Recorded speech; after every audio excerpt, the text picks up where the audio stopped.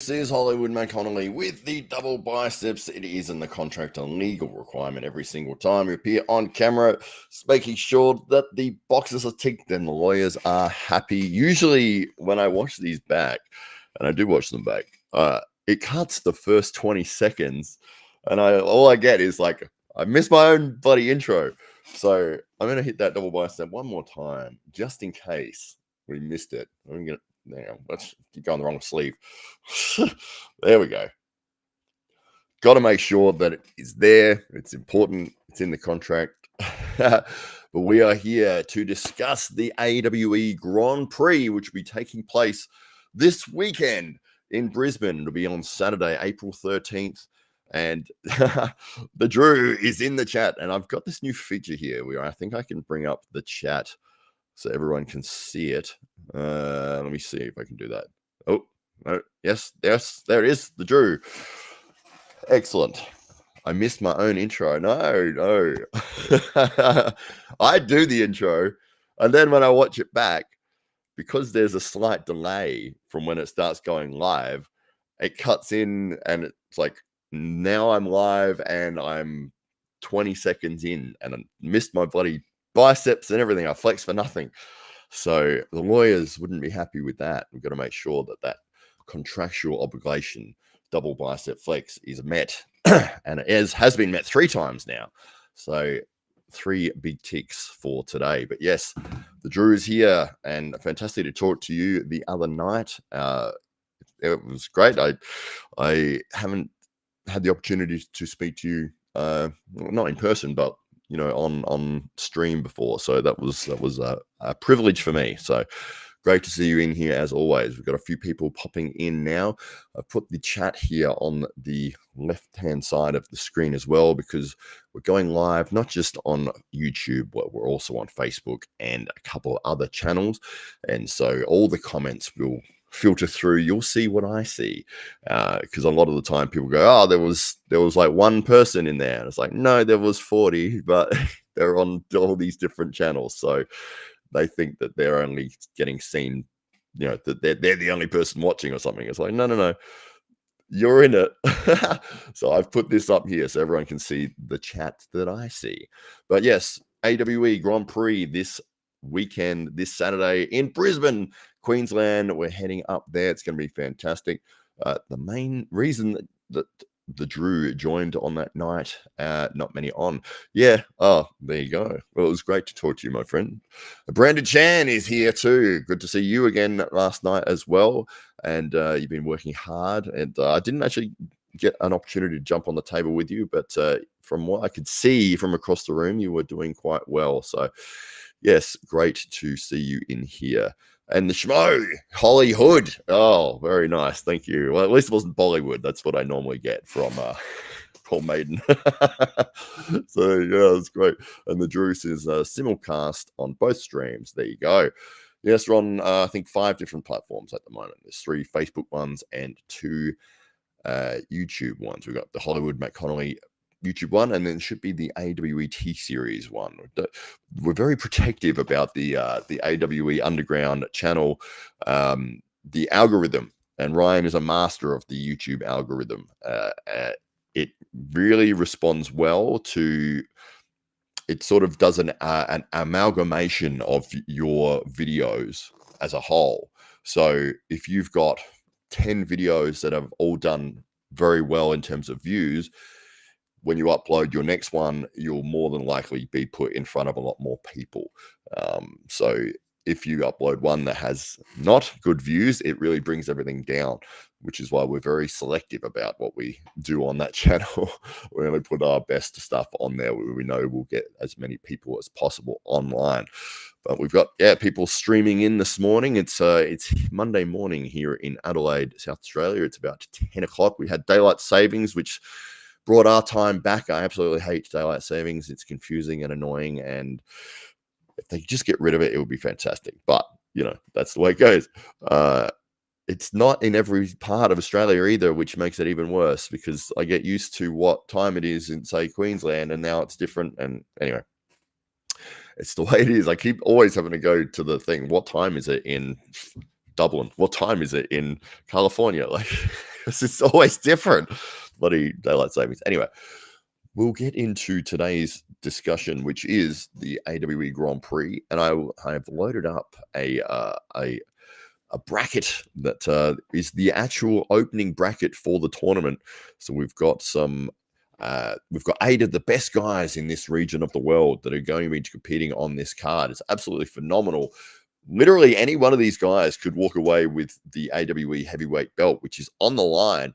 So the winner of this tournament, the AWE Grand Prix, will become the new AWE heavyweight champion, unless Ryan Bowen wins it, because he is the current AWE heavyweight champion and he will just retain his own title. But it will be very exciting to see how this tournament plays out. All of these guys are incredible arm wrestlers, and every one of them has the ability to beat the other and work their way through to that grand final. So that's what makes it really exciting. If you said like who's going to win this, it's like I don't know. It could be any one of them, which is the best sort of way you can have going into a tournament. And usually you've got your number 1 and 2 seeds. It's like, oh, it's going to be one of those guys, and it's just a formality going through to the final. But this one, it's like any one of these guys could actually win this event. So we'll bring up the bracket here. And I'm just going to hide the chat for a second so we've got a little bit more room on this page.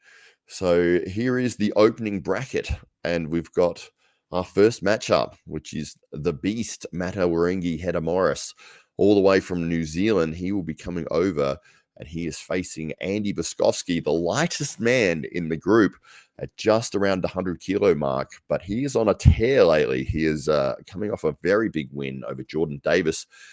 Not just a win, an absolute, well, I was going to say a thrashing, but it sort of was. It was a 4-0 wipeout. He looked very, very dominant against a seasoned veteran in Jordan Davis. And Andy was studying full-time to complete his degree in medicine last year, which meant he was not able to fully commit to arm wrestling. But that is all finished now. He's qualified. He's legitimately Dr. Doom, and he will be 100% focused on performing at his best in this tournament.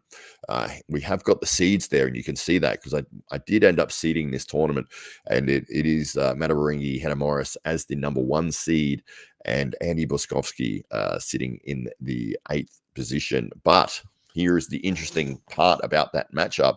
Andy Boskovsky actually has a win over Matawaringi Hedda Morris. So, and it's a tournament format, so it's only first pin and you move on. So you could see what happens. White Wolf, hello to you, sir. Great to see you in here. I think the first time I've seen you on stream since seeing you in person. I'm glad you found your way out of the rose bush and got back home safely from Dublin in Ireland. It's great to meet you in person, and I was very impressed with all the hard work that you put in behind the scenes to help Arm Gods, the event and the show, run smoothly. I know that the guys really appreciated everything you did there. So well done to you, sir. Just talking about the AWE Grand Prix, which will be taking place this Saturday in Brisbane here in Australia, in Queensland. And the first matchup is what we're discussing at the moment, which is Matawaringi Hedda Morris right there against Andy Boskovsky. So Matawaringi Hedda Morris coming in at 165 kilos. He is an absolute giant of a man, the beast by name, and such a lovely guy in person. He's very humble and very soft-spoken and very friendly, and likes to give his time to show technique. And it's funny because he looks very intimidating. He's got the facial tattoos, and he's a humongous guy. But he's absolutely wonderful, and he will be competing in this tournament. He is the number 1 seed. So 8 guys, double elimination. He is the first round. First matchup, it will be him and Andy Boskovsky, who is the lightest man in this division. All of these guys are absolute giants. We didn't realize that until Andy said, "Hey, I'm going to be the lightest guy." And I was like, "Hang on, aren't you like 100 kilos?" He's like, "Yeah, I'm going to be like the lightest guy by like 30 kilos. So all of these guys are very, very big. We've got Devon's forearm is here. Hello to you, sir. Good to see you here. It's all the legends of the arm wrestling streaming world are popping in to say hello. It's great to see you all in here. Yeah, White Wolf, it will be a ripper. You'll absolutely love it. It is going to be streamed live on Ryan Bowen's YouTube channel. It'll be Saturday here, midday for us in Queensland, Brisbane time. So it's more than likely going to be Friday night for anybody in the United States or in Canada or that part of the world. But yeah, the event should be kicking off about 12 o'clock in Brisbane time on Saturday, April 13th. So if you just want to figure out what time zone matches for you, but you can see that live taking place on Ryan Blue Bowen's YouTube channel. It'll be right there. And the first matchup, Mata Waringi Hannah Morris versus Andy Boskovsky. So we'll jump into the bracket again. I'm just going to hide the chat again so I can get some extra room on the page here. So second matchup is the South Australian legend Gunters Bykovs, and he will be taking on the up-and-coming superstar Rickard Bornman, who is all the way from South Africa. And this young man, I believe he's still only 20 years old, but sitting at about 120 kilos. I think Gunters is around the same, actually. This would be quite interesting in terms of their size. I would say they're very similar in stature, in terms of their width and broadness of their shoulders, thickness of their wrist. The major difference in this matchup will be Gunther's experience, and he has been around forever in the arm wrestling world.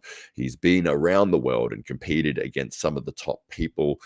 He has a phenomenal top roll, which if he finds any resistance against his top roll, he'll instantly change to a press. He's very adept at that technique. He's well-versed around the table. His pronation is ridiculously powerful.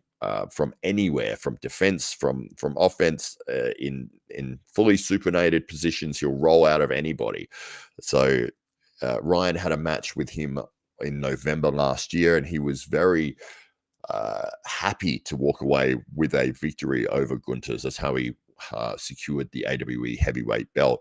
But yes, Gunters is no joke. He is an absolute legend of the arm wrestling world, and he is going to be a tough man to beat. But if anyone is up for the challenge, it is the young man in Rickard Bornman, who is an absolute powerhouse. Just pure strength, this young man. His wrists are so thick. When I jumped on the table with him, it was even a couple of months ago now. He's probably stronger since then. But it was like I couldn't do a single thing. And I've been in this sport for 5 years, and I know I'm not the worst arm wrestler in the world, but I couldn't move him at all. And he'd only been in the sport for like, I don't know, 6 or 8 months or something. So he is a phenom, and he is a dark horse to watch out for in this tournament. He's super strong, and I know that he's been working his technique a lot with Ryan Bowen and Lachlan Adair and the Kingpins Club.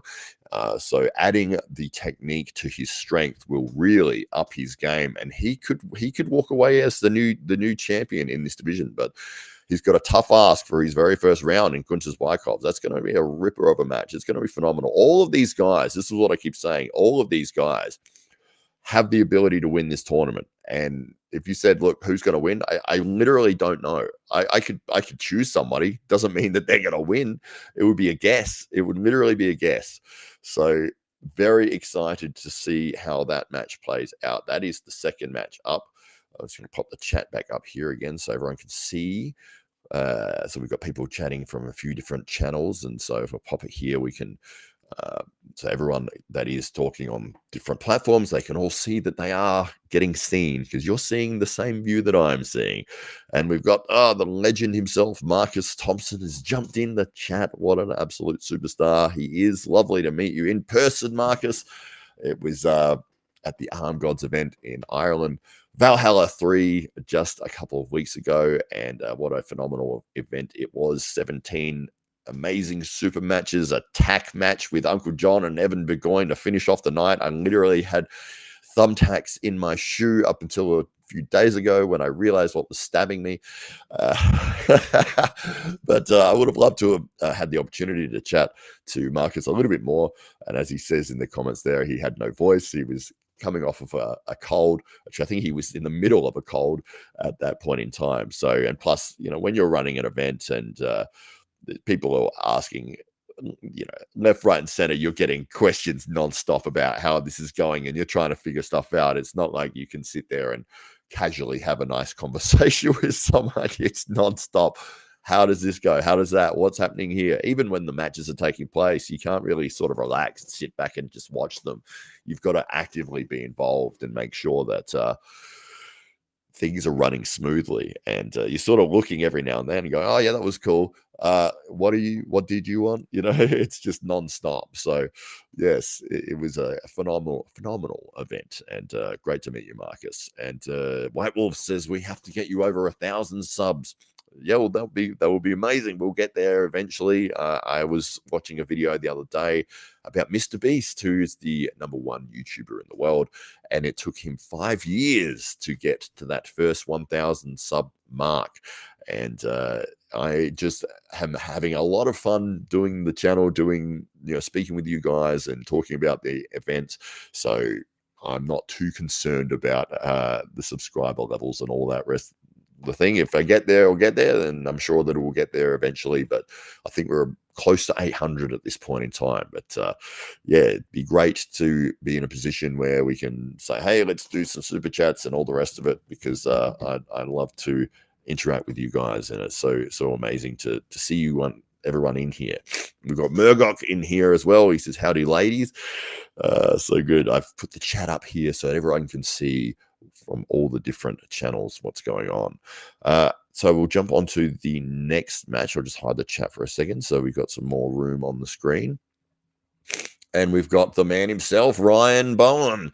He is defending his title in the AWE heavyweight. The heavyweight title is what he currently holds. The winner of this AWE Grand Prix tournament will walk away with that belt. So whether or not Ryan gets to hold on to his own belt, or whether somebody else will stake a claim and be heading home with his gold, we will find out. But he is up against one of Australia's top arm wrestlers, and has been a top arm wrestler for many years, in Brett Coots, who is a phenomenally powerful, strong guy. He's very much an inside puller. He's a left arm specialist, but his right arm is incredibly strong as well. He recently had a right arm hook match. Well, sorry, it wasn't a hook match. It ended up being a hook match with Taron Broad, who is also a hook specialist, recently at the T-Series in February. And knowing how strong Taron Broad's hook is, I literally had 2 arms on it and I couldn't stop him from pinning me. And seeing Brett Coots just roll through that like it was nothing is one of the most impressive things I've ever seen in person. I couldn't fathom how strong that was to be able to do that. So absolutely incredible, Brett's strength. But here's the thing, is that he is up against a very crafty and technical arm wrestler who is peaking at this point in time in Ryan Bowen. He just set a personal record for the lift he's been doing. You've probably seen it on his channel. He's been putting a video up every single day of these, rising lift. I think he hit 59 kilos or 56 kilos or something the other day. So he is in fine form. He's actually stronger than when he faced Ron Barth in Ireland a few weeks ago. So it's going to be a tough ask for Brett Coots. He is a very strong and proficient arm wrestler. If he can get into his lane, it's going to be very hard to stop him. But I think Ryan, he has such technical ability. It might be a difficult opening round for Brett right there. But that's what's fun about these tournaments, is that you can have an opening round where you may lose it, but then you're still in the B side. And depending on what else happens with the other guys pulling in the tournament, they might get absolutely wrecked. And then they're exhausted by the time you have your next match. And it's like, oh, I'm still fresh, so you can actually work your way through a tournament, beating people that you might have never beaten before, just based on the fact that they may have worn themselves out previously. So we'll jump back in here. We'll get the chat back up here for everybody. And there we go. So Marcus Thompson, he says it might be a tight one overall for for Ryan after Ireland. Yeah, he's saying that he's very much recovered and he is peaking. He's hitting new personal records, and he said he feels stronger than he did when he was facing Ron Barth over in Ireland. So it's going to be a tough ask to beat that man in this tournament. But these are the 7 guys that have the opportunity and the ability to be able to do that. And I wonder, does that pop up? There we go. Murdoch says that South African rugby player competing. He is indeed. That is Rickard Bornman. And we just looked at his matchup in the opening bracket a second ago. Should I bring up here? And I'll hide that so we get some extra room. Oh, you can see him here. So he's the second matchup. He's facing a veteran of the arm wrestling Australia in Gunters Bykovs. Both guys very similar builds, and I didn't really think about that until literally doing this show like just a few seconds ago. I was like, they're both around 120 kilos. They're both around the same height. Very athletic, naturally athletic guys. I think the main difference in that match will be the experience that Gunters holds. He has been around for a very long time, and he knows how to get into his lane very proficiently.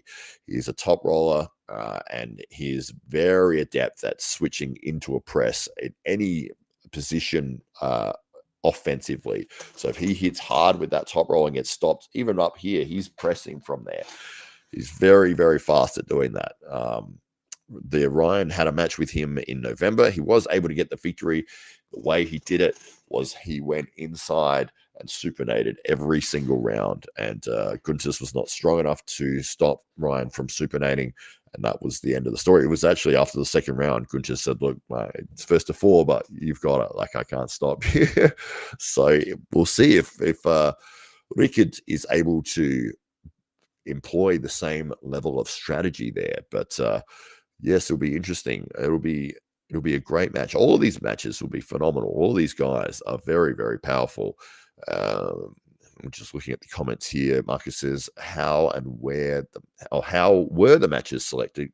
Was it ranking? Yes, indeed. So I seeded the 8 guys, and I'll bring up the bracket again because you can actually see the seedings next to their name. So Matauranga Henna-Morris is the number 1 seed, and the reason I did that, or we chose to do that, was because he holds a victory over Ryan Bowen at AWE 1. Ryan Bowen coming in at number 2 seeding. And then what we got number 3 is Lachlan Carpenter, who I haven't talked about as of yet. I might save that for when I talk about his matchup. But the reason he's sitting at 3rd seed is because he has 2 pins over Ryan Bowen in a tournament, in the AWE Series tournament just recently. So that is sort of the justification for his ranking there. 4th, we've got Gunters Bykovs, who we were just talking about before, one of the legends of arm wrestling in Australia, and 120 kilos, unstoppable pronation, unless you're Ryan Bowen. But he is crafty, he is a veteran, he is very experienced, and at any time he steps up to the table, you know that it's going to be a phenomenal match. 5th, we've got Rickard Bornman, who we talked about a second ago, sort of a junior version of Gunters, not physically. They're both almost identically in terms of their size and their structure, but the age difference. So Rickard Bornman, only 20 years old, but Gunters, I think he's either 50, he's just 50, or he's around that age group. But yes, there is a significant age difference there. And 6th, we've got Ryan Scott, who, again, I haven't spoken about Ryan as of yet, but very, very experienced flash pin style Australian arm wrestler, heavyweight, veteran. I will save my comments for him when we discuss his match in a second. 7th, we've got Brett Coots, who we talked about a few minutes ago, who's very, very powerful and strong, needs to get into his lane to apply that strength. He's more of a left-handed specialist. This is a right arm tournament, but if Brett can get into his supination and his hook, he's literally unstoppable. Like, nobody in this region of the world is stopping that hook. But if you can keep him out of it, That's the goal to beating Brett.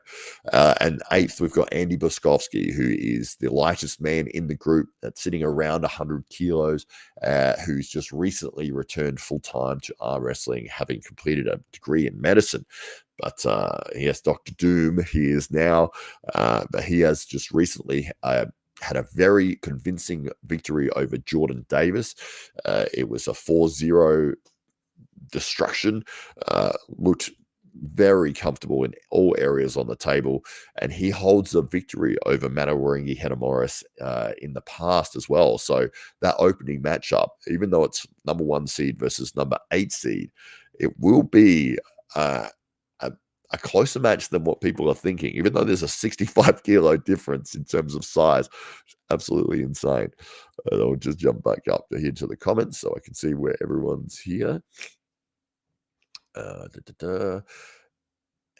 I'll catch up to where I was at. So Marcus there. It's the Guinness, all the iron. Yes, that's right. White Wolf. Yes, Matawaringi was beastly in Ireland. He's always beastly. The man is humongous. He's like a bull. How he gets close to fit, I don't know, but he's a monster of a man. Yes, Matawaringi was that wide. I couldn't get past him in the corridor. He is a humongous man. And if anyone who hasn't met Matawaringi in person, I think you would just be kind of shocked at the sheer size of the man. He was the corridor. That's fantastic. The Drews, his allergies, all that plane ride gave you something. I got a cold last week.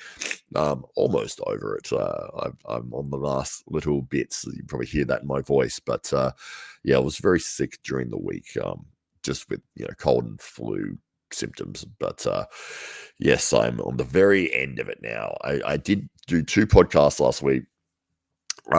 And it pretty much my entire day's energy was put into those podcasts, just trying to make it sound like I wasn't sick. But we got there. We got through it. White Wolf says, I forget who I was trying to bait into wrestling down at the cottage, but I may have just escaped certain death. Yeah, all he's going to do is fall over and land on you, and you're done. He is a humongous man. Excuse me for a second.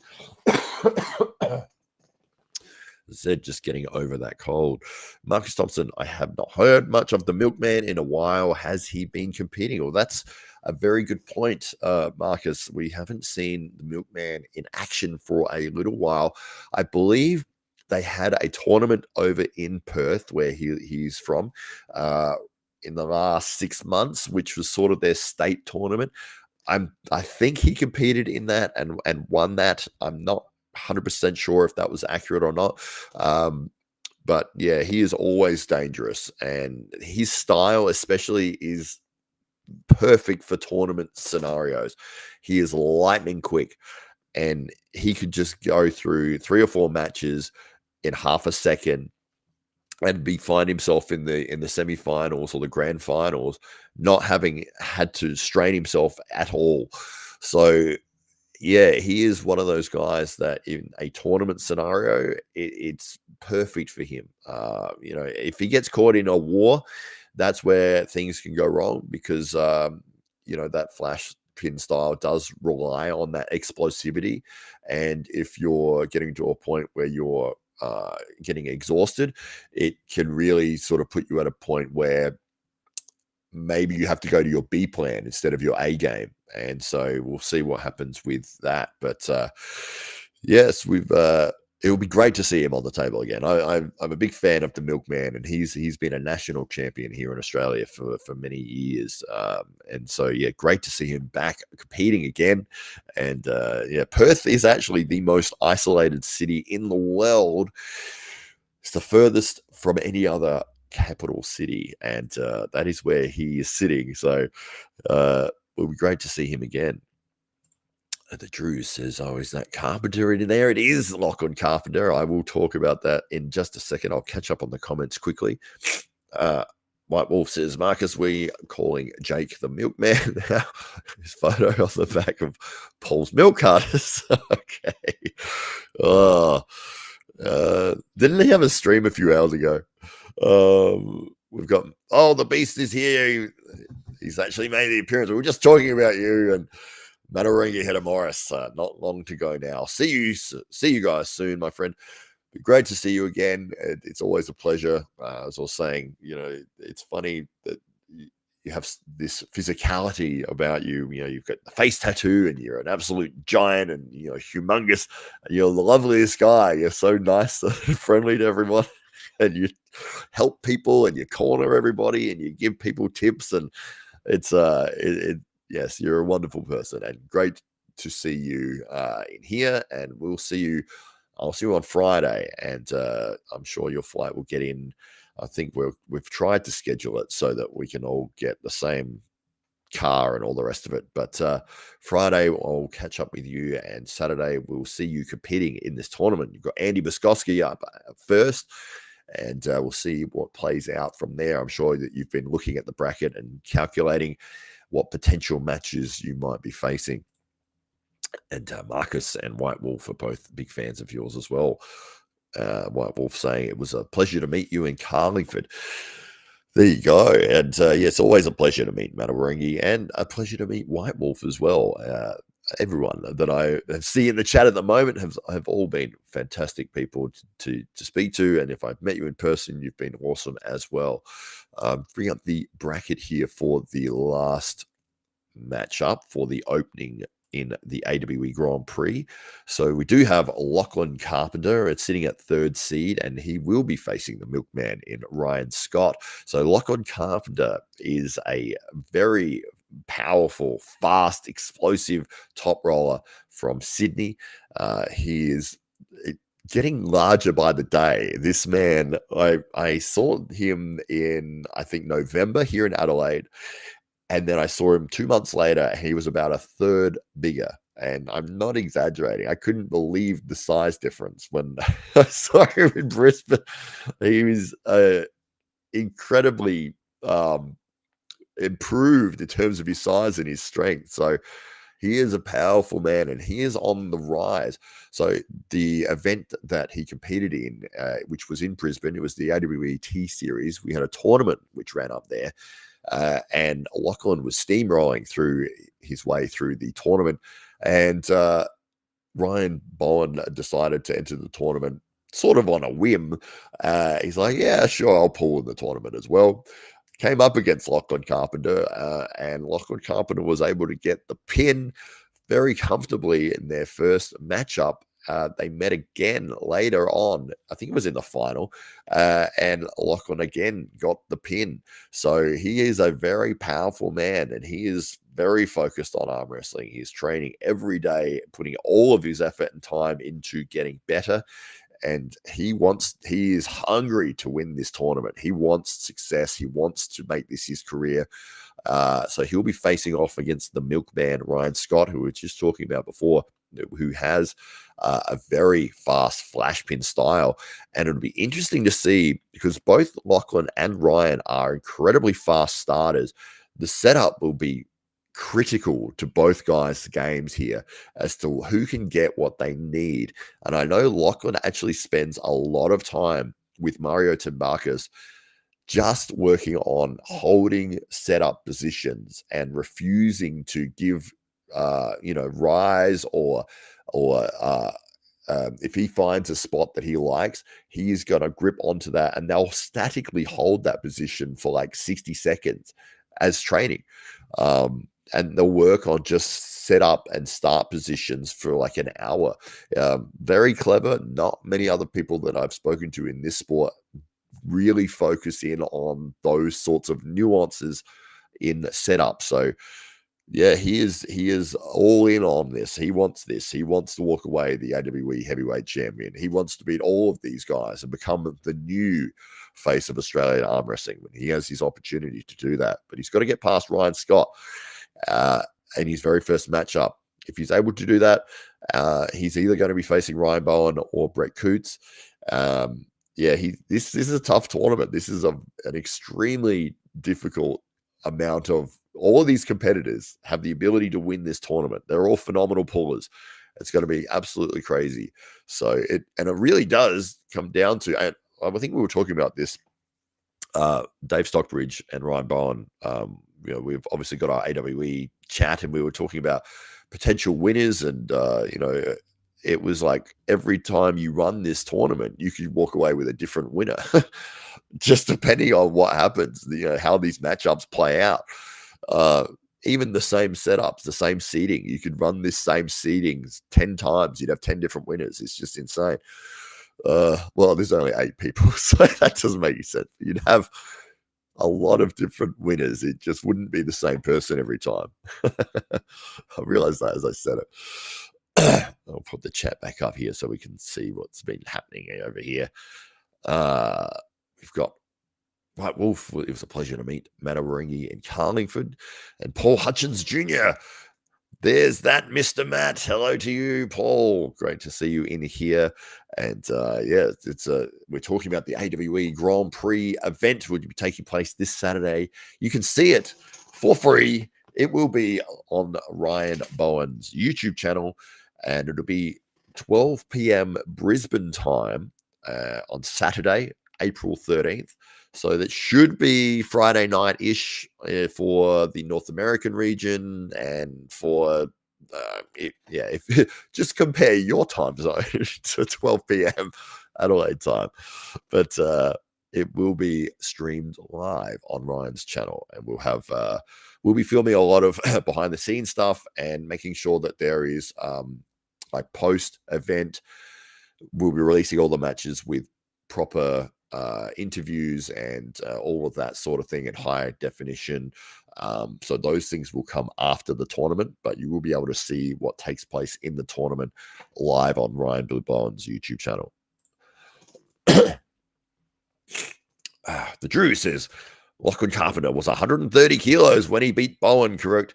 Made Bowen take notice. Absolutely. Yeah, well, 130 kilos. And then literally, I think it was 2 months prior to that in Adelaide, November, he was like 110 or something. He had put on so much size. We were staying there was 5 of us staying in one house, and I got there late. I walked in, Lachlan was already there. I walked in, I'm saying hello to everyone, and then Lachlan was standing there, and I was like, huh?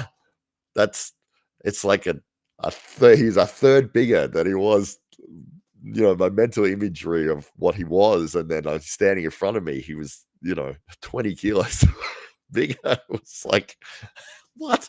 So, yes, we'll see how it goes coming into this event. I know he's hungry. I know he wants to win this event. He is fired up and he is ready to go. Probably the most out of anybody in the field. He has been very vocal about wanting to win this and walk away as the AWE champion, heavyweight champion.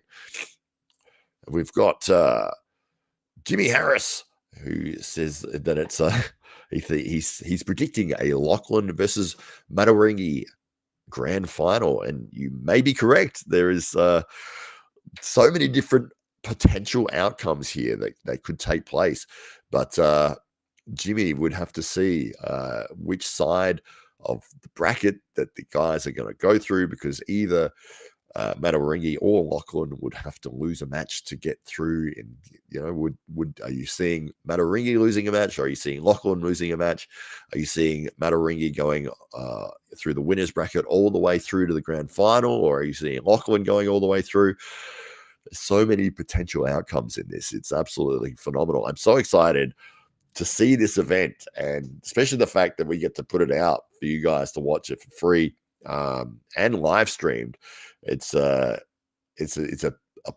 privilege for me, because I know that not everyone in the arm wrestling world knows these guys, and I know that these guys are phenomenal pullers, and to be able to sort of give them a platform internationally and say, look at these guys, they are absolute top level.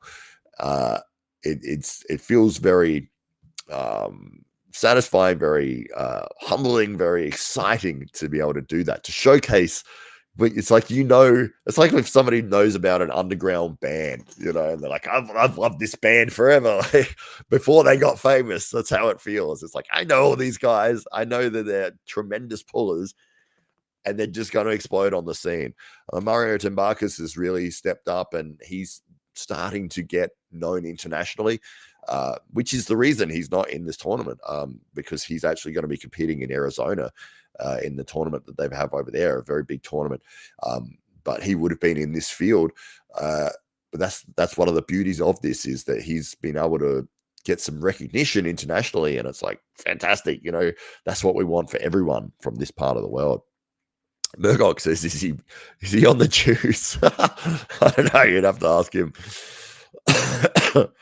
Oh, I missed a comment there. The Drew says, it's easier to say who I think most likely won't win. Yes. Well, you'd have a 7 out of 8 chance of getting that correct. And Wano Anvil, Lachlan Adair. Yes, we would love to have had Lachlan Adair in here. He is exclusively contracted to Core Sports, or what is it, King of the Table? One of the East versus West, King of the Table, Core Sports, whatever their umbrella thing is. So unfortunately, he can't compete in the tournament, but he will be there. It is being held at the club that he trains at, which is the Kingpins Club, which is Marcus Saturai's actual house. It's in his back shed. He's decked out as a full-on arm wrestling club. So Lachlan will be there on the day. He is a phenomenal arm wrestler. We would love to have seen him compete, but one of those difficult scenarios is when you have an exclusive contract and there are restrictions on what you can and can't do. So unfortunately, he is unable to compete with us in the tournament. But you never know what will happen in the future. We'd love to see Lachlan, and we wish the best for Lachlan in his international matches. And again, as I was saying a second ago, such a privilege to be able to see our guys get recognition internationally and get opportunities, because we have some amazing competitors down in this part of the world. And White Wolf says, yes, the East versus West contract stuff is horrible for the sport. Yes, it's been sort of talked to death, I think, at this point. I would say most people's feelings on it have been well documented. It is frustrating, and this is just another example of that, where we're putting on a very big event in Lachlan Adair's actual club. He is a local resident. He will be there on the day, but is unfortunately unable to compete because of the restrictions in contracts. And it is a frustration. I think I was talking with Paul Italia about this, or maybe Ryan Grondon on the 98% podcast the other night, about the frustration that this sport is at a level where we want to see everything grow. We want to see arm wrestling taking off in all parts of the world. And the last thing we want to do is restrict people from being able to compete in arm wrestling anywhere. It's I understand their position, and that they're looking to protect their investment. And that is, I respect that. But it's just that frustration side of it, where we would have loved to have had Lachlan compete with us. Unfortunately, he's not able to because of that restriction. But we'll see what happens in the future. These contracts are not for lifetime. They're only a few years at a time, I believe, depending on the person. But he is doing phenomenal things in the world of arm wrestling. Sorry about my voice. I am just getting over a cold, so I can hear it, and I'm sure you can too. But yes, I wanted to talk about this event so much, because we're very, very excited to bring that to you. And we've got a trailer here, which I've uploaded. I'm just going to get that loading for everybody so we can see the trailer. If I can do that, if I can figure this out. So, give us 90 seconds of this wonderful trailer, which took me about 3 weeks to put together. So this is for the AWE Grand Prix event. So we'll come back to you as soon as this is done. If it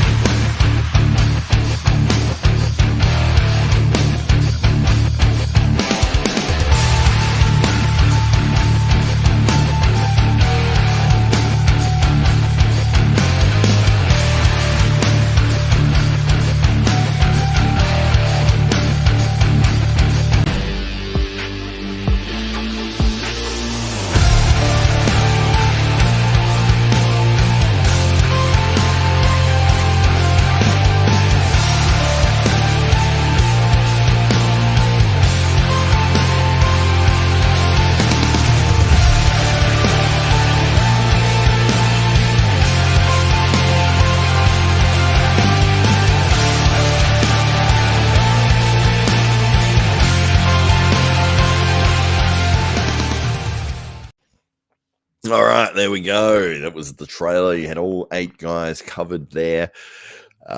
Very excited to see everyone in this tournament, and yeah, you can see all those guys have their own particular skills. There's different specific resources that they work into their matches, and as I said before, no idea who's actually going to walk away as the AWE heavyweight champion there. I did see a funny comment here from Marcus. I just got to bring that up because I thought that was quite good. Is Lachlan allowed in the same building as AWE? Yes, he is. He is, absolutely. No, it's I don't know the particulars of their contract, and I'm not particularly interested, really. We just say, hey, Lachlan, can you do this, or interested in that? And he'll tell us whether he can or can't. And that's pretty much it. So there we go. And White Wolf says, nice job on the preview. Well, thank you very much. That literally took me about 3 weeks to put all that together. It's one of those things where you go, okay, I've got this guy, so Gunter's Baikovs, great. Let me download every match of Gunter's Baikovs and find the exciting moments and then cut them all together in a way that flows. And then it's like, okay, that's one of 8 guys. Right, now I've got to... it takes a long time. Editing can be daunting. It's great when you get the finished product and you can sit back but the worst thing is, and probably you guys, I don't know if you've done editing or whatever, but you still find mistakes and you're like, I missed that bit, or that was wrong, or that transition didn't work. I guess it's the same for any people who create any product. They see the flaws in it as opposed to just enjoying whatever it is that they've made. The Drew says, Gunter still talks with the Latvian arm wrestling team, or does he still talk with them? Ray Amolans, etc. I'm not sure. I really don't know the answer to that. Yeah, we had Gunter's on our podcast, and he did talk about his time in Latvia and training there and everything like that, but he didn't mention anything about still communicating with the guys there. I'm sure he's still friends with them, but I'm not sure whether or not he regularly communicates with them. I just don't know. Marcus Thompson. The Drew says, Matt, good job on the promo trailer, man. Thank you, sir. It was great to get it finished, actually. It was one of those things that was, when you, for me, like I'll put 2 or 3 hours of concentration into something, and then I've got to get away from it. Usually I go and play Street Fighter 2. I got one of those game joystick things that has like 20,000 games on it, and it's got about 500 versions of Street Fighter 2. So Champion Edition is the one that I play. Yeah, that's when I need to take a break from editing. I'll go and do that for a while, and then I'll reluctantly drag myself back, but when it starts coming together and it works, is the fun part. Is I can't wait to finish this because I get to show everybody. So that bit's the best bit. Lachlan, you must stay 20 feet away from Ryan. It's great. Yes, there's these crazy, that was it with IFA and WAF or something, and they had people getting banned from being able to compete in either one if you were seen with anyone that was competing in the other organization. Like if you took a photo with somebody from the other, you were banned. People getting banned forever from this one or that one. It's like ludicrous. It's so silly. It's just so petty. White Wolf says, Marcus, the East versus West contractees were not allowed. They were not allowed at the Arm Gods building. We let Devon slip by in Gatineau. I think that's in Canada, maybe. Yeah, but Marcus would have been out the front making sure that nobody got in. I'm sure Marcus wouldn't care. I'm sure he's got more important things to worry about. Should have charged him double. There you go. And is it Win? We had this discussion actually last night. We had a training session, and then we always go out for dinner afterwards. And somebody brought up the spelling of your name there, Nguyen, and we were trying to figure out how to pronounce it. I have heard it pronounced as Win, and the reason for that is I watch a lot of poker, And one of the champions from 20 years ago was a guy with that surname, and it was Johnny, and they called him Johnny Win. So that's how I'm saying it. If you could enlighten us as to the pronunciation, and I believe it's a Vietnamese name, but yes, it would be fantastic, because otherwise I would sound like a complete moron. The Championship Turbo Edition. No, the Turbo Edition's too fast. It takes all the spirit out of the game, Drew. Yeah, I don't like the Turbo Edition. Anyway. My Wolf says, I got it all wrong, Marcus. I offered to pay for him and Jody. Igor and Engen with the contracts. Yeah. Oh, that's, the IFA and the WAF or whatever.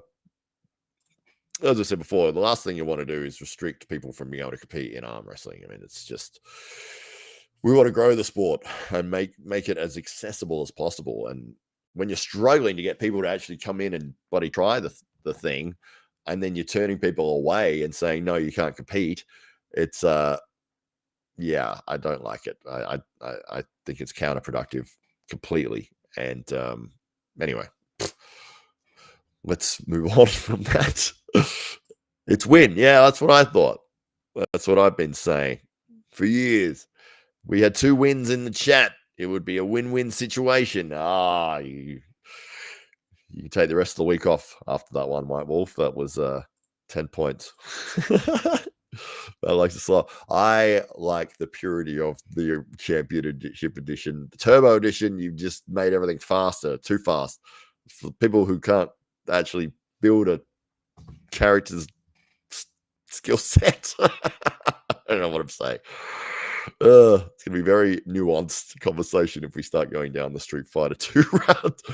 But yes, very excited about this Saturday, April the 13th, the AWE Grand Prix with heavyweights galore. The lightest man in the group, Andy Boskovsky, will be 100 kilos, and we jump up to around the Ricky Dwarman and Gunters Bykovs were about 120, 125 kilos. I think Lachlan Carpenter is sitting around 130. You've got Ryan Scott, who I believe is around 120, 130 as well. Ryan Bowen is one of the lighter guys, actually, in the field. And I'm not sure what his weight is at the moment, but I know he's probably like 106, 108, something like that. So probably the second lightest guy in the field. And then obviously you've got Brett Coots, who's maybe 112-ish. So very big men. But then you've got the absolute giant in Manawaringi Hannah Morris at 165 kilos, which is just, he's like 3 competitors in one. He's an absolute monster of a man, and he performed very well over in the Arm Gods Valhalla 3, which took place in Dublin, in Ireland, in Carlingford, about an hour out of Dublin, with Arm Gods. And Marcus Thompson, one of the owners of Arm Gods, who's here in the chat. White Wolf, who was there on deck, making sure everything was running smoothly. And we'll all be on to support. I hope to see you guys there. You'll have a fantastic time. This tournament is unpredictable. You like Super Street Fighter as well? Oh, Drew, you're bringing it into a realm where it's just me and you talking. Super Street Fighter 2 Champion Edition. That's what there's so many. They just keep adding words, and there's like, I'm not kidding when I say there's about 500 different bloody versions of it. Arcade Edition, Championship Edition, Turbo, Hyper Fighting. Anyway, White Wolf. I just made sure the beer was flowing. Yes. Well, I did enjoy your story about getting stuck in a thorn bush that you were trying to. I think you were trying to save Evan Burgoyne from falling into it, and to do that, you fell into it instead. And all you could see was just your feet, I believe was what you said. And you couldn't move. Once you're in a thorn bush, the smartest thing to do is to stay still, because you're going to be stabbed everywhere, which is what White Wolf experienced. I don't know how you got out, but Yeah, I'm sure that you had a good time in Ireland if that was one of the highlights. There is too many editions, yeah. Well, they milked that for, the every possible cent they could possibly get, Capcom did. But, yes, I'm a fan. I do like Street Fighter, and, yes, that's important that everybody knows that. White Wolf says, no, Evan was down the street. I was looking for leprechauns. Oh, yeah, they usually hide in thorn bushes. Ouch, says Murgot. Yes, absolutely. Yes, White Wolf. It must have been. I think. Did you guys get there a week before the event? Because St. Patrick's Day was the weekend prior to Valhalla. So I'm guessing that you got in for St. Patrick's Day and remained drunk for the week, and then had Valhalla 3 and maybe sobered up on the flight home. Is that how it worked? Uh, who's doing commentary if your voice is crook? I'll be fine by next week. I'm almost over this. Yeah, and I'm talking for an hour straight here. That's why the voice is giving out a little bit. But couple of days, I'll be absolutely fine and ready to make up funny nicknames again. And that was a fantastic time I had with Dean doing the commentary for the Arm Gods tournament. Yeah, absolutely hilarious. One of my favorite moments actually was Dean trying to remember the name of a movie and asking the chat for help, and I was demanding that nobody help him. Don't help him. Don't tell him what the name is. I want him to keep struggling. You know, when you're trying to remember something. And he kept saying, I had no idea what movie it was. He's going, this Australian movie. I still don't remember what it was. I've never seen it. The Australian movie with that guy and the truck and the thing and the other. Kept saying things from this movie I hadn't seen, which didn't help because I was just giving him. I constantly kept saying Priscilla, Queen of the Desert.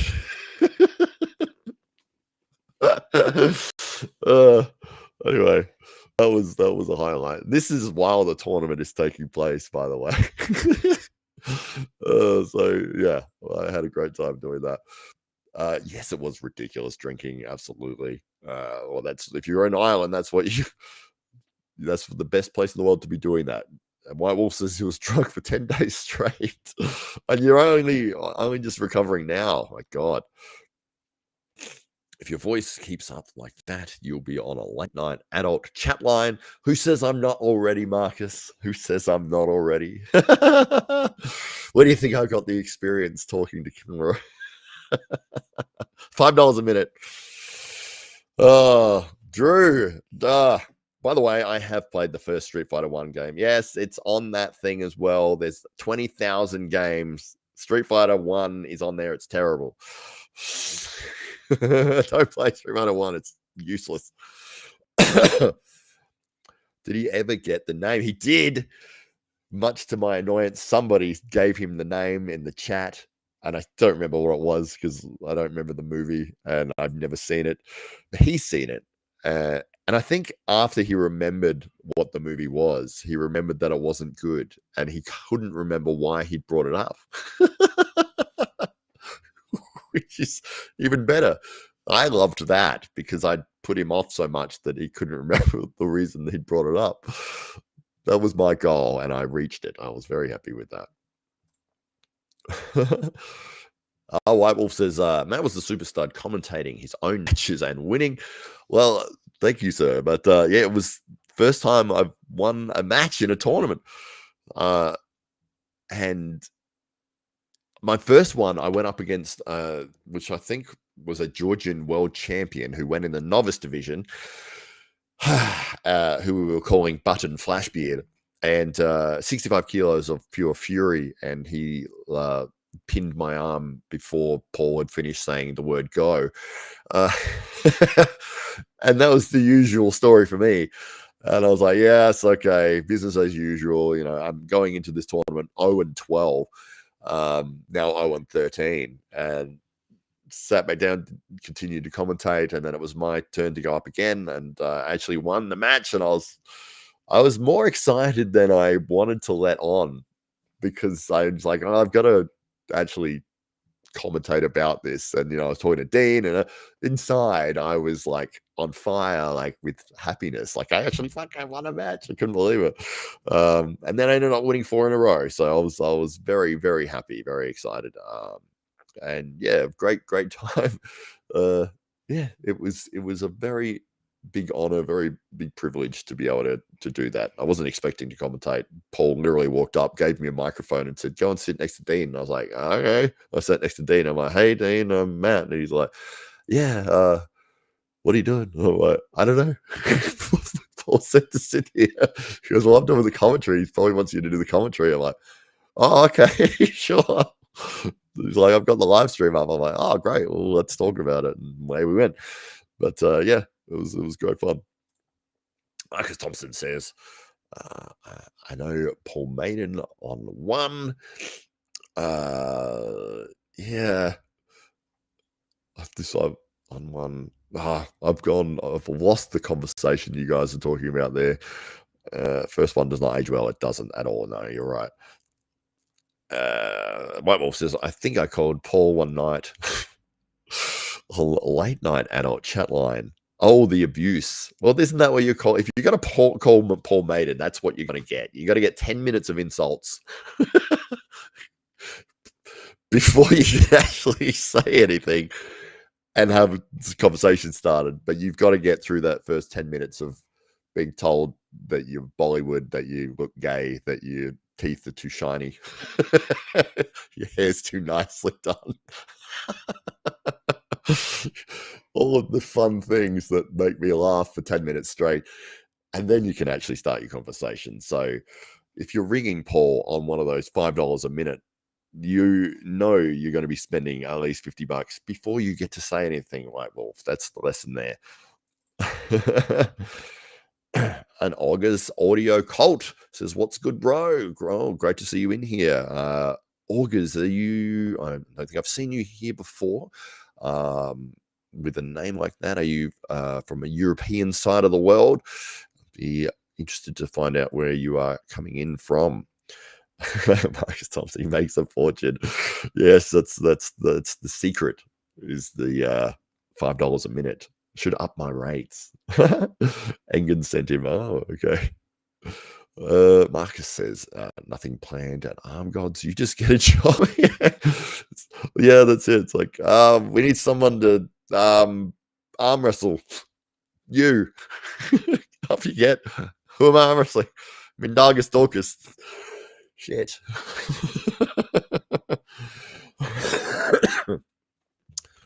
White Wolf says, my first ever match was against Ted Wilson's prodigy student who outweighed me by 100 pounds or 45 kilos for those playing at home. And Bradford let him get his shoulder behind his hand on setup. But I'm not bitter. I thought you were going to say I'm not a biter, but I'm not bitter much. No, not at all. What's the thing? When you have your first match, it's so nerve-wracking. I almost fainted, actually. My first one, I got pinned very quickly, but I had built up that nervous energy so much, and then getting on the table and everyone's watching because there was only one table. It was in a pub, this event. There's like, I don't know, maybe 200 people all sitting there, most of them eating, fork halfway to their mouth, looking at me because I've got, reasonable sized muscles, and they're like, oh, this guy's the guy, he's going to do it. And I was not the guy. I was very much not the guy. And I lost in a very quick fashion, but I pushed and sort of, held my breath and everything. I went down and the room went white, like that white circle started enveloping, and then it went back out again. I was like, oh my God, I had to hold the table. I almost went completely unconscious.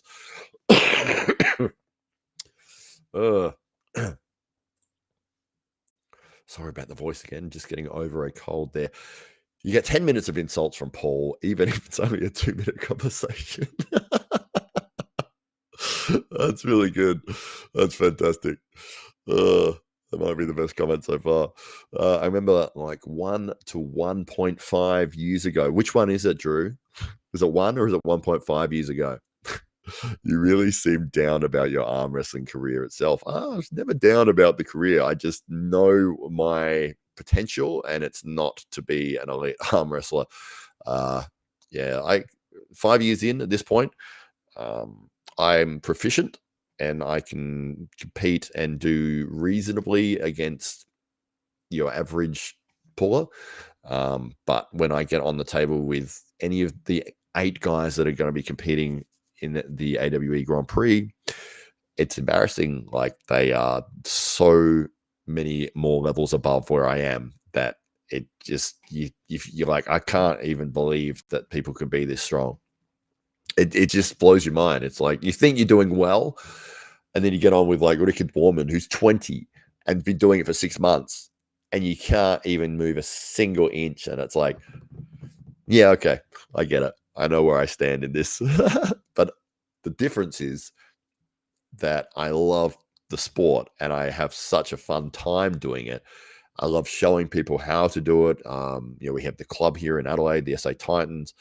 I get to chat to all you maniacs in here about, it's probably the same for everybody in here. We have such a fun community, and everyone's so supportive and funny and likes to get on well with each other and humble. And it's one of those things that these are the sort of people that are fun to be around. And regardless as to whether you're a world champion or whether you just started 3 weeks ago, you're welcome. And, get on the table. Like, you get on the table with Ron Barth, who's done arm wrestling for as long as I've been alive. I'm 42. He's been arm wrestling for 42 years. You could have never arm wrestled, and you could go up to Ron and say, Ron, can we get on the table? Is that all right? As long as he's, available. Yep, no worries. I'll get on with you. It's, what other sport can you do that? It's unbelievable. Yeah. White Wolf says, Murdoch, he's laughing at Murdoch's comment. It was a lot of fun, actually, but I should have been drinking all morning. Well, sounds like you were drinking all morning and all night. You should have drank more, says Marcus. He's on the ball there. Seriously, Marcus. 3 White Wolf icons before the seriously Marcus. And then a gap of 3 dots. This is a serious comment here from White Wolf. I now fully believe #BeerMan and #Father Jack has the best strategy to drink. Well, we'll have to see how that plays out for you, White Wolf. But it did work out well. Well, actually, did it work out well for BeerMan? He didn't win his match, but he had a great time. So I think that's the most important thing.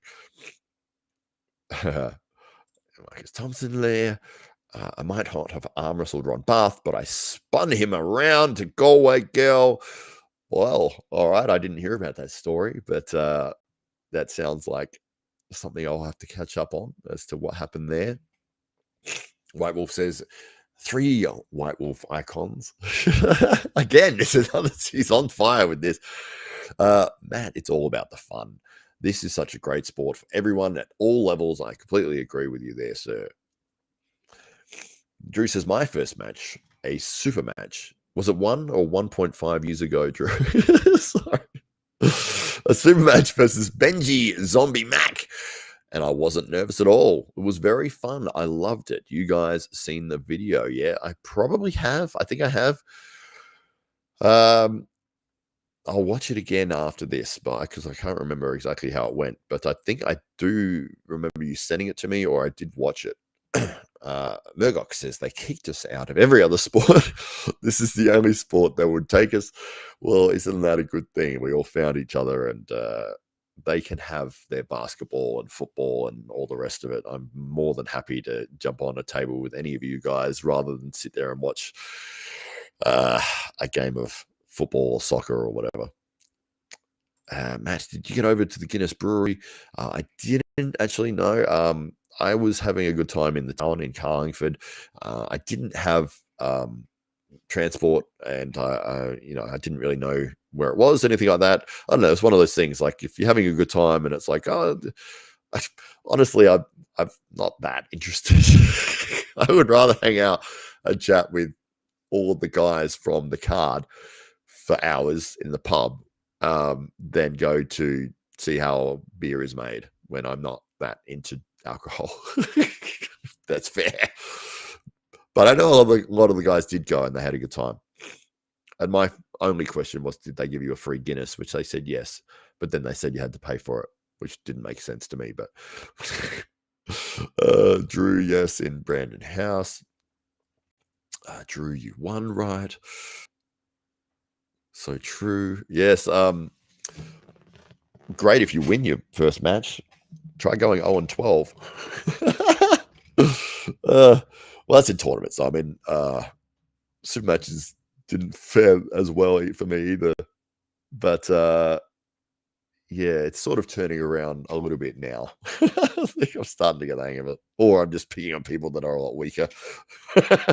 One of the two. A padded record. Yeah, so might finish things up here in the next couple of minutes. Probably go for another 5 minutes. So my voice doesn't completely turn into a squeak and you end up seeing me mime the rest of this. But White Wolf says, I'll try to beat your 0-12. Yes, I did see your quick exit from the tournament over in Ireland. But the good thing is you jumped up, you had a great time in not only I don't know about the actual tournament. It's never great fun to lose, but I saw you having a fantastic time the whole weekend. And despite the fact that you were doing very mundane activities like setting up chairs or running cables or putting up posters, you always had a smile on your face and making jokes and being funny. And I think I told most people about the Thornbush story after you told me about that. So it's one of those things that you don't have to win matches, win a tournament, win the super match, win the event, be the world champion before you can start having fun. And I think that's one of the most important elements. So yeah, if you do beat the 0-12, well, that's okay with me. I'm sure that you'll have a good time doing it. The Schmo says, "Ow!" And it's very good. That's the classic Arm Gods cheer. What is your profession? And we get that wonderful cheer from the 300 movie. Absolutely classic. But if there's any last questions or anything here, throw them in here and I'll probably go for another couple of minutes and then I'll go and have lunch with my lovely wife who is off camera that way. But Monday here in Australia, probably Sunday for you guys. White Wolf says, Marcus, he threw himself out. He has a fear of heights, and we were on the top floor windows all around. Imagine a roofer afraid of heights. I have no idea what you're talking about.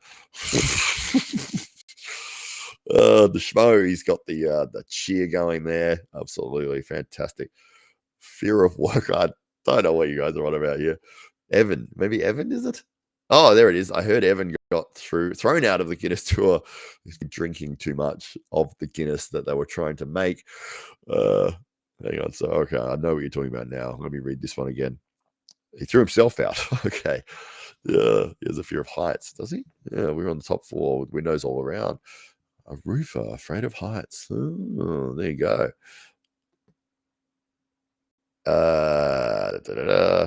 A fear of work. We saw that one. White Wolf says, what your wife has to endure. Yes, absolutely. I do this thing, and I've done this since I was a little kid. Whenever somebody asks for something, like, can you just hand me that pair of scissors? I've done this forever. I'll hand it, and as they go to get it, I pull it away. And I have done that forever with everybody. And my wife, I did that to her yesterday about 7 times. And she was like, I cannot handle your ridiculousness. This is so I can't help it. It just, I love doing it. It makes me laugh. Anyway, Matt, did you play the Mortal Kombat series? When it first came out, I did. I was a big fan of arcades, love video games. of all types. And yeah, Street Fighter and Mortal Kombat sort of came around similar times. And Mortal Kombat, obviously known for its gruesome brutality and shock factor and all the rest of it. And I had a Super Nintendo, the SNES, and ended up getting Mortal Kombat on that. But they'd taken a lot of the blood and stuff out of it. They really censored it. There's something that happened here in Australia with politicians and video games, and they created like a rating system, and there were so many games that if the game was rated R, then you couldn't bring it into the country, and then they'd have to change it so the blood was green. And anyway, it was stupid. So you got like a watered down version of Mortal Kombat for your SNES.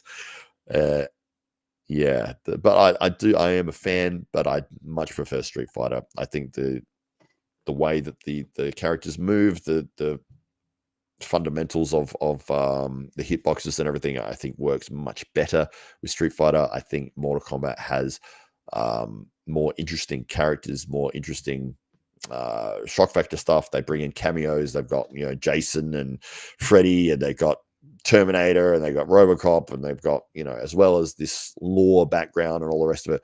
Where Street Fighter is very weak on that aspect of their storytelling, but I think the gameplay is far superior.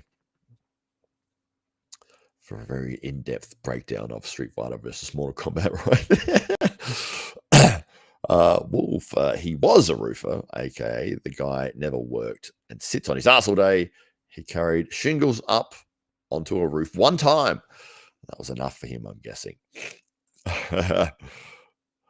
That really stupid one. Australia has every creature in real life that will kill you, but not a video game. Yeah. From what I remember, because I refuse to watch the news because I absolutely hate the negativity that they bring. But from what I did hear or caught snippets of, there was just one politician that was standing in the way of being able to bring in all these certain games.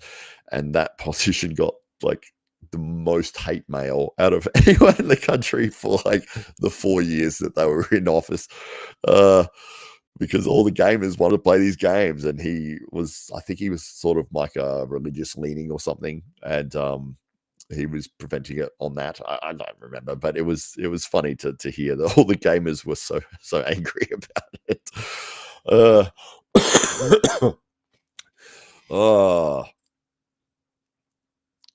What we got here? So let the roasting begin. White Wolf says Australia should be a video game. This actually, I'll finish on this thought because I had this a couple of times when I was in Ireland, specifically with Paul Maiden. There is a unnatural fear of the animals here in Australia. And I heard it probably 5 times, like for 5 different people, that they won't go to Australia because they're so concerned about the animals that we have here and that everything is trying to kill you. It's funny to me. It's such an unnecessary fear. It's like, yeah, we've got the 10 most deadly spiders, 10 most deadliest snakes. A lot of the things are poisonous and they will kill you if they bite you or whatever. But everyday life in metropolitan Australia, you don't see any of these things. They're there if you go out into foresty areas or what we call scrubland or bush areas or the outback. That's where you find these things. Occasionally you'll see something like somebody was bitten by a snake or whatever, but deaths from those creatures are so rare. And because Paul Maiden's fear was a shark attack, and I said there's about 1 attack per year. There's 25 million people in Australia who all live on the coastline, and everyone's going in and out of the ocean every day, all year round. There's millions of people going in and out, swimming, doing all sorts of crazy things in the ocean. It's like 1 attack, and most of the time people survive. His reasoning was, I would be the one that would get attacked. Yes, it would be me. I said, yes, they know about you. And if you step foot in the water, they all get alerted that you're here, and they'll go straight for you, and you'll be eaten within 10 seconds. It's just, I don't know. It's funny. Yeah, it's one of those things you find out about your own country that other people think about it, which is just not, it's not really correct or accurate. But yeah, we do have deadly creatures. There's deadly creatures in every country. You're not going to see them if you're in the suburbs. It's just not going to happen. But there you go. I'll finish the comments here, and then that'll do this for the show today. White wolf. Oh, I missed that one. Try getting attacked by a full-grown moose. Yeah, well, they're exactly right. There you go. It's true. Yep. The moose was worse. Okay. Probably would have been. Paul Maiden's fear of Greenpeace whale watching getting. Oh, Marcus. You and Paul. Fantastic. Australia's population would be much higher if it weren't for those deadly creatures. No, it wouldn't. Look how many deaths there are. Look it up. There's probably less than 10 per year. There we go. All right.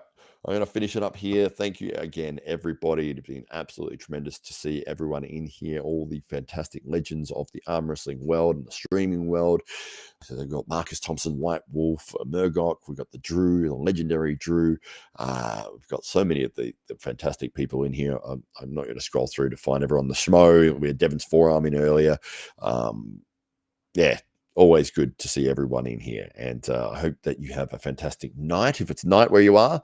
And it is lunchtime for me. I'm going to go and try to get my voice back to normal.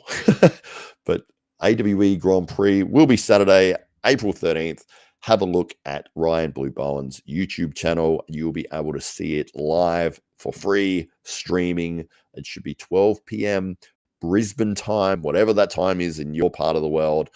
But great to see everyone here. So good night.